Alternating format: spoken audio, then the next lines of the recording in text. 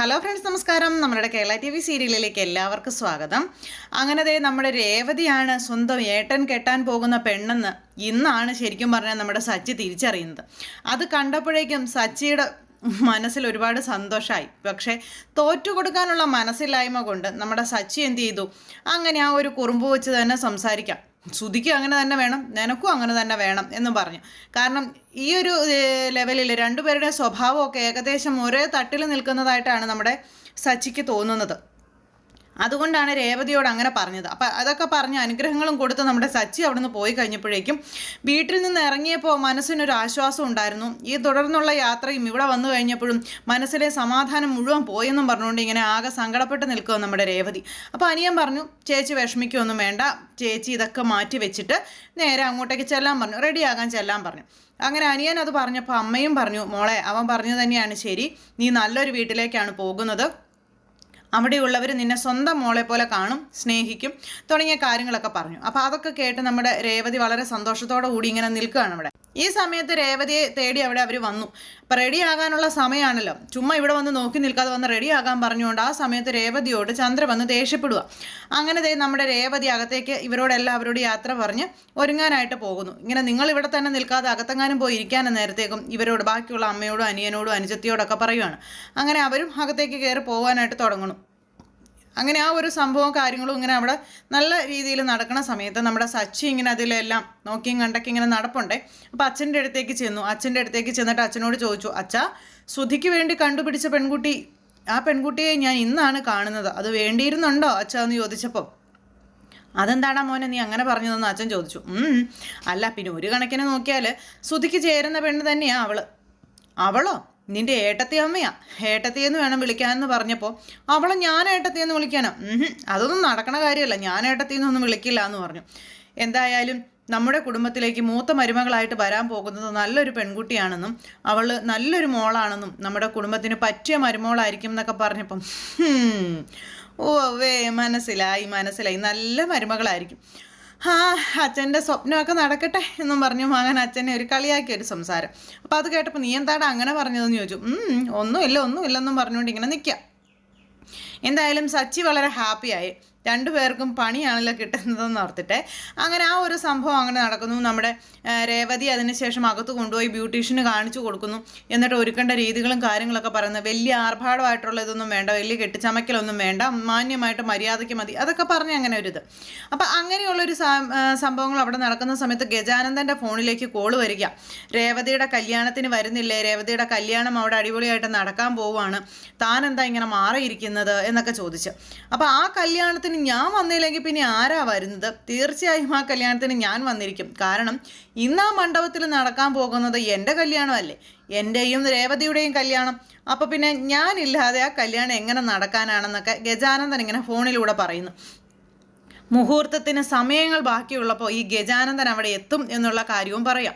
അപ്പം ഗജാനന്ദൻ അതൊക്കെ പറഞ്ഞ് ഫോണും അങ്ങ് കട്ട് ചെയ്തിട്ട് വളരെ ഹാപ്പി മാനായിട്ട് ഇങ്ങനെ നിൽക്കുന്നു. കാരണം കല്യാണം ഇന്ന് എൻ്റെ, രേവതി ഇന്ന് വൈകുന്നേരത്തോടു കൂടി എൻ്റെ പെണ്ണാകും. അങ്ങനെ ആ ഒരു വളരെ സന്തോഷത്തോടു കൂടി ഗജാനന്ദൻ അവിടെ അങ്ങനെ നിൽക്കുക കേട്ടോ. എന്തായാലും ഗജാനന്ദൻ്റെ സ്വപ്നവും അങ്ങ് കയറിപ്പോയിക്കൊണ്ടിരിക്കാം. ഇതേ സമയത്ത് ശ്രുതി മണവാളനായി അണിഞ്ഞൊരുങ്ങി നിന്നിട്ടും നീലിമയെ കാണാനായിട്ട് ചെല്ലുന്നു. അവിടെ ചെന്ന് ബാക്കിയുള്ള കാര്യങ്ങളൊക്കെ പ്ലാൻ ചെയ്യണമല്ലോ, അപ്പോൾ അതിന് വേണ്ടിയിട്ട്. അപ്പോൾ ക്യാഷ് ഇതുവരെ അച്ഛൻ കൈകളിലേക്ക് കൊടുത്തിട്ടില്ല, അത് കിട്ടിയിട്ട് വേണം നീലിമയ്ക്ക് തന്നെ പണി തുടങ്ങാനായിട്ട്. അപ്പോൾ എന്തായാലും നീലിമയെ കാണാനായിട്ട് മണവാളൻ വേഷത്തിൽ സുധി അങ്ങ് ചെന്നപ്പം നീലിമ പറഞ്ഞു, ആഹാ, മണവാളൻ വേഷത്തിൽ എൻ്റെ സുധിയെ കാണാൻ സുന്ദരനായിട്ടുണ്ടല്ലോ, നല്ല ഭംഗിയുണ്ടല്ലോ ഇന്ന് നിന്നെ കാണാനെന്ന്. അപ്പോൾ ഞാനാണെങ്കിൽ ആകെ ടെൻഷനിലാണ് നീലു. മാത്രമല്ല വീട്ടിൽ നിന്ന് ഇറങ്ങി വരാൻ പെട്ട പാടെത്രത്തോളം ആണെന്ന് അറിയാവോ? എന്താ നിൻ്റെ പ്ലാൻ, എന്താ നമ്മൾ ചെയ്യേണ്ടതെന്നൊക്കെ ചോദിച്ചു. അതൊക്കെ നമ്മൾ കൃത്യമായി പ്ലാൻ ചെയ്തിട്ടുള്ളതല്ലേ, പിന്നെ എന്തിനാ വീണ്ടും നീ അതിനെപ്പറ്റി ഇങ്ങനെ ചോദിക്കുന്നതെന്ന് ചോദിച്ചപ്പോൾ ടെൻഷൻ കൊണ്ടാണെന്നും ആ രേവതി എന്ന് പറയുന്ന പെൺകുട്ടിയെക്കുറിച്ച് ഓർത്തിട്ടാണെന്ന് പറഞ്ഞു. രേവതി എന്ന പെൺകുട്ടിയെക്കുറിച്ച് നീ എന്തിനാ ആലോചിക്കണം? അല്ല, ആ പെൺകുട്ടിയെക്കുറിച്ച് ഓർക്കുമ്പോൾ എനിക്ക് സങ്കടം തോന്നുകയാണ്, അതൊരു പാവം പെൺകുട്ടിയാണ്, അതിനെ ചതിക്കുന്ന കാര്യം എന്ന് പറഞ്ഞപ്പോൾ ഓഹോ, ഇപ്പോൾ ഇങ്ങനെയൊക്കെ ആയോ? അങ്ങനെ രേവതിയെ ചതിക്കാൻ നിനക്ക് ബുദ്ധിമുട്ടാണെങ്കിൽ അല്ലെങ്കിൽ വിഷമമുണ്ടെങ്കിൽ രേവതിയെ കേട്ട് നീ അങ്ങോട്ട് ജീവിച്ചോ, ഞാനങ്ങ് ഒഴിഞ്ഞു തന്നേക്കാം. എനിക്കറിയാം ഇതൊക്കെ ലാസ്റ്റ് സംഭവിക്കുകയുള്ളൂ എന്ന്. ഞാൻ എത്രയൊക്കെ നിന്നെ സ്നേഹിച്ചാലും ചേർത്ത് പിടിച്ചാലും നിനക്ക് ഞാൻ ആരുമല്ലെന്ന് എനിക്കറിയാം. ഇപ്പം എന്തായാലും നിന്റെ നാവിൽ നിന്ന് തന്നെ അത് കേൾക്കാൻ പറ്റിയതിൽ ഒരുപാട് സന്തോഷമുണ്ടെന്നൊക്കെ പറഞ്ഞു. അപ്പം അത് കേട്ടപ്പം നീ എന്തൊക്കെയാ പറയുന്നത്? ഞാൻ അങ്ങനെയൊന്നും അല്ല പറഞ്ഞത്. അതുപോലെ ഒരു പെൺകുട്ടിയെ ചതിക്കേണ്ടി വരുമ്പോൾ ഉണ്ടാകുന്ന ഒരു മാനസികാവസ്ഥ അത് ഞാൻ പറഞ്ഞതാണെന്ന് പറഞ്ഞപ്പോൾ രേവതിയെ ചതിക്കുന്നതിൻ്റെ വിഷമമായിട്ട് നീ ഇരിക്കുമ്പോൾ നീ എന്താ എന്നെ മറന്നു പോകുന്നത്? രേവതിക്ക് നീ ഒരു ജീവിതം കൊടുത്താൽ പിന്നെ എനിക്ക് ആരാ ഉള്ളത്? നമ്മുടെ കുഞ്ഞിന് ആരാ ഉള്ളത്? നീ എന്താ അത് ചിന്തിക്കാത്തത്? നിനക്ക് വേണ്ടിയിട്ടല്ലേ, നിന്റെ കൂടെ ജീവിക്കാനുള്ള ആഗ്രഹം കൊണ്ടല്ലേ ഞാൻ ഇത്രയും വലിയ റിസ്ക് ഒക്കെ എടുക്കുന്നത്. എന്നിട്ട് നീ എന്താ എന്നെ മനസ്സിലാക്കാത്തതെന്നൊക്കെ ഇങ്ങനെ നീലിമ പറഞ്ഞപ്പോൾ അതേ അവസ്ഥ തന്നെയല്ലേ നീലു എൻ്റേതും. നിന്നെ കളയാനോ അല്ലെങ്കിൽ നിന്റെ കൂടെ ജീവിക്കാൻ വേണ്ടിയിട്ട് നിന്നെ കളയാതിരിക്കാനും നിന്റെ കൂടെ ജീവിക്കാനും വേണ്ടിയിട്ടല്ലേ ഇത്രയും വലിയൊരു റിസ്ക് ഞാൻ എടുക്കുന്നത്. അതെന്താ നീ മനസ്സിലാക്കാത്തതെന്ന് രണ്ടുപേരും അങ്ങോട്ടും ഇങ്ങോട്ടും സംസാരിക്കണം. അപ്പം എന്തായാലും ആരെ വേദനിപ്പിച്ചിട്ടാണെങ്കിലും ആര് കരഞ്ഞാലും വേണ്ടില്ല, എനിക്ക് നിന്നെ വേണം സുധി. നീ ഇല്ലാത്തൊരു ജീവിതം എനിക്ക് ചിന്തിക്കാൻ കൂടി പറ്റില്ലെന്നൊക്കെ പറഞ്ഞുകൊണ്ട് നീലിമ അങ്ങ് തകർത്ത് വരിക.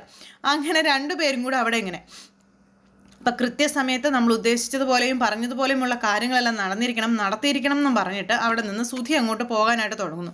അപ്പം സുധി അങ്ങ് പോയി കഴിഞ്ഞപ്പം നിന്നെ ആർക്കും വേണോടാ, നീ രേവതിയെയോ ആരെ വേണമെങ്കിലും കെട്ടി നീ ജീവിച്ചോ, പക്ഷെ നിന്നെപ്പോലെ ഒരുത്തരെ കൊണ്ട് രേവതി ഞാൻ കെട്ടിക്കില്ല, ആ പെൺകുട്ടിയുടെ ജീവിതം നശിപ്പിക്കാൻ ഞാൻ സമ്മതിക്കില്ലെന്നും പറഞ്ഞ് നമ്മുടെ നീലിമ ഇങ്ങനെ മനസ്സുകൊണ്ട് ചിന്തിക്കുന്നു. അപ്പോൾ രേവതി എന്ന് പറയുന്ന പെൺകുട്ടി നല്ലവളാണെന്നും പാവമാണെന്നുള്ള കാര്യം നമ്മുടെ നീലിമയ്ക്ക് അറിയാം. അതുകൊണ്ട് തന്നെ അവളെ ചതിക്കാനുള്ളൊരു ഇതിൽ ഇവനെ വിട്ടുകൊടുക്കില്ലെന്നും നീലിമ ചിന്തിക്കുന്നു. അതോടൊപ്പം തന്നെ നീലിമയ്ക്ക് 50 ലക്ഷം രൂപ വേണം താനും. അപ്പോൾ ആ ഒരു രീതിയിൽ നീലിമ ഇങ്ങനെ നിന്ന് ചിന്തിക്കുന്നേ.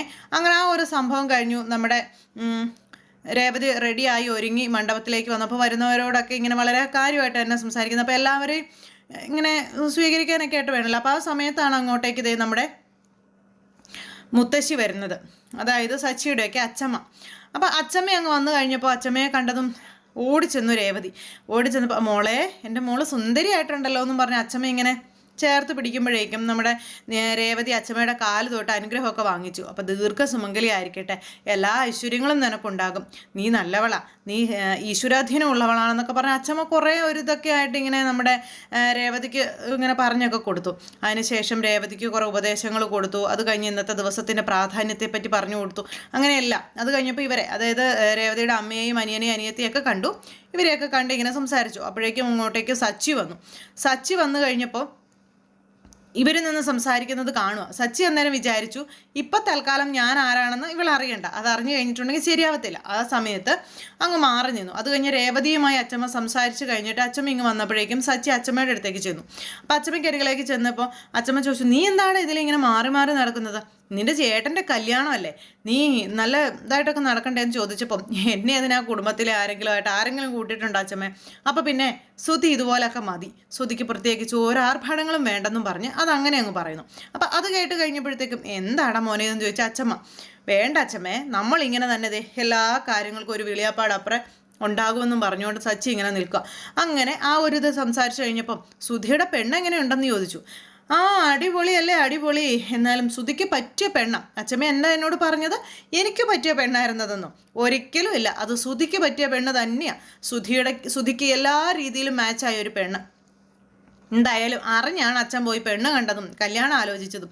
ഇനിയിപ്പോൾ സുധിയുടെ കാര്യമൊക്കെ നല്ല ലേശത്തിൽ ശരിയായിക്കോളൂ എന്നും പറഞ്ഞുകൊണ്ട് അങ്ങനെ പറയും. അപ്പോൾ അതൊക്കെ കേട്ട് കഴിഞ്ഞപ്പോൾ നിനക്കെന്താടാ ഇങ്ങനെയൊക്കെ, നീ എന്താ ഇങ്ങനെയൊക്കെ പറയുന്നത്? നിനക്ക് ആ കുട്ടിയെ നേരത്തെ അറിയാമെന്ന് ചോദിച്ചു. എനിക്കറിയാനേ പാടില്ലെന്നും പറഞ്ഞു നമ്മുടെ സച്ചി ഇങ്ങനെ പറയാം. അപ്പോൾ അങ്ങനെ ആ ഒരു ഇത്. അപ്പോൾ ഈ സച്ചിയും അച്ഛമ്മയും കൂടി നിന്ന് സംസാരിക്കുന്നത് കണ്ടു കഴിഞ്ഞപ്പോഴത്തേക്കും ചന്ദ്രയ്ക്ക് അത് അത്രയ്ക്ക് അങ്ങ് ദഹിച്ചില്ല. പിന്നെ പാവ രേവതിയെ ഇങ്ങനെ വലിയ ഇതാക്കിക്കൊണ്ട് ഇങ്ങനെ സംസാരിച്ചുകൊണ്ടിരിക്കുക. അതായത് രേവതി ഇടിച്ച് താഴ്ത്തിക്കൊണ്ട് തന്നെയാണ് ചന്ദ്ര ഇപ്പോഴും സംസാരിക്കുന്നത്. പക്ഷേ എന്നാൽ ഒറ്റ നോട്ടത്തിൽ ആർക്കും ഒരു പ്രശ്നവും ഇല്ല എന്നുള്ള രീതിയിൽ. അപ്പോൾ കൂട്ടുകാരിയും വന്നിട്ടുണ്ടല്ലോ, കൂട്ടുകാരി അപ്പുറം നിന്ന് രേവതിയെ കണ്ടു കഴിഞ്ഞപ്പോഴത്തേക്കും ഇവള് ചില്ലറ മുതലൊന്നും അല്ല, ഇവളുടെ അടുത്ത് നീ ഒരുപാട് പണിപ്പെടേണ്ടി വരും, ഇവള് പഠിച്ച കള്ളിയാണെന്നൊക്കെ പറഞ്ഞ് ഓരോന്നൊക്കെ പറഞ്ഞ് ഇങ്ങനെ പിടിപ്പിച്ചു കൊടുത്തുകൊണ്ടിരിക്കുക. അപ്പോൾ ഇവർക്കിടയിൽ അത്രയും പ്രശ്നങ്ങൾ ഉണ്ടായി കഴിഞ്ഞിട്ടുണ്ടെങ്കിൽ കൂട്ടുകാരിക്ക് അത്ര സമാധാനമാണല്ലോ. അതുകൊണ്ട് അപ്പോൾ ഇതൊക്കെ കൂട്ടുകാരി പറയുന്ന കാര്യങ്ങളൊക്കെ അപ്പാടെ വിഴുങ്ങിക്കൊണ്ട് രേവതിയെ ആ കണ്ണുകൊണ്ട് ഈ ചന്ദ്ര കാണുക. അപ്പോൾ അങ്ങനെയുള്ളൊരിത്. അപ്പോൾ ഈ വിവാഹത്തിൽ 3 പേരാണിപ്പോൾ, നിലവിൽ 2 പേരും, ഇതൊന്നും അറിയാതെ ഒരാളും കൂടി, അതായത് അങ്ങനെ നിലവിൽ 3 പേരാണ് രേവതിക്ക് വരന്മാരായിട്ട് വരാൻ പോകുന്നത്. 1 ഗജാനന്ദൻ, 2 സുധി, പിന്നെ നമ്മുടെ സച്ചി. അങ്ങനെ ഇതിൽ ആരുടെ ഭരണമാല്യമായിരിക്കും നമ്മുടെ രേവതിയുടെ കഴുത്തിൽ വീഴുക എന്നുള്ളത് ഒരു വമ്പൻ ട്വിസ്റ്റോട് കൂടിയുള്ള ഒരു വിശേഷമാണ്. എന്തായാലും സുധി നമ്മുടെ രേവതിയെ കെട്ടില്ല. പകരം ഗജാനന്ദനാണോ അതുപോലെ സച്ചിയാണോ ആ നറുക്ക് വീഴുന്നതെന്ന് അറിയാനായിട്ട് എല്ലാവരും കാത്തിരിക്കണം. അത്രയ്ക്ക് അടിപൊളി എപ്പിസോഡാണ് വരാൻ പോകുന്നത്. അപ്പോൾ ആരും തന്നെ മിസ് ചെയ്ത് കളയരുത്. എല്ലാവരും കാത്തിരുന്ന് കാണുക. എല്ലാവർക്കും നല്ലൊരു ദിവസം ആശംസിക്കുകയാണ്. എല്ലാവരുടെ സപ്പോർട്ടിനും സ്നേഹത്തിനും ഒത്തിരി നന്ദി ഹൃദയത്തിൻ്റെ ഭാഷയിൽ അറിയിക്കുന്നു. അടുത്ത സൂപ്പർ ഹിറ്റ് കഥയുമായി കാണുന്നത് വരെ എല്ലാവർക്കും നന്ദി. See again. Take care. Bye by.